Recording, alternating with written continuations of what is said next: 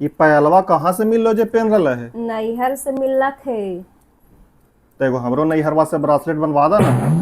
तो हमर नैहरवा वाला तोर ब्रासलेट काहे ला बनवा के देती जी? पेन्हे के शौक है हो।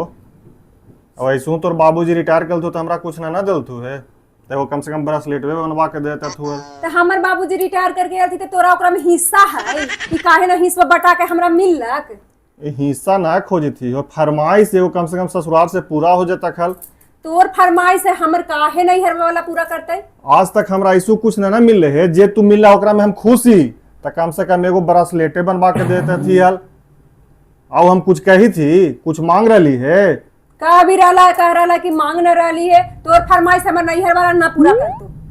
तो तोर फरमाइश हम पूरा करी हैं? 10 साल बियाह हो गया, अभी तक ओल्हाना सुने ला मिला है कि तोर बाबूजी कुछ न दिलतु है, तोर माँ कुछ न दिलतु है, तू हमरा कुछ न दिला है, तोर भाई कुछ न दिलतु है, तोर बहन कुछ न दिलतु है।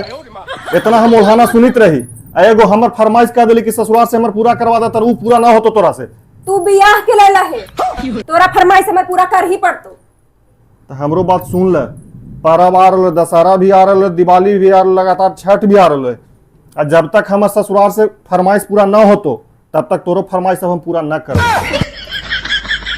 निश्चिंत रह।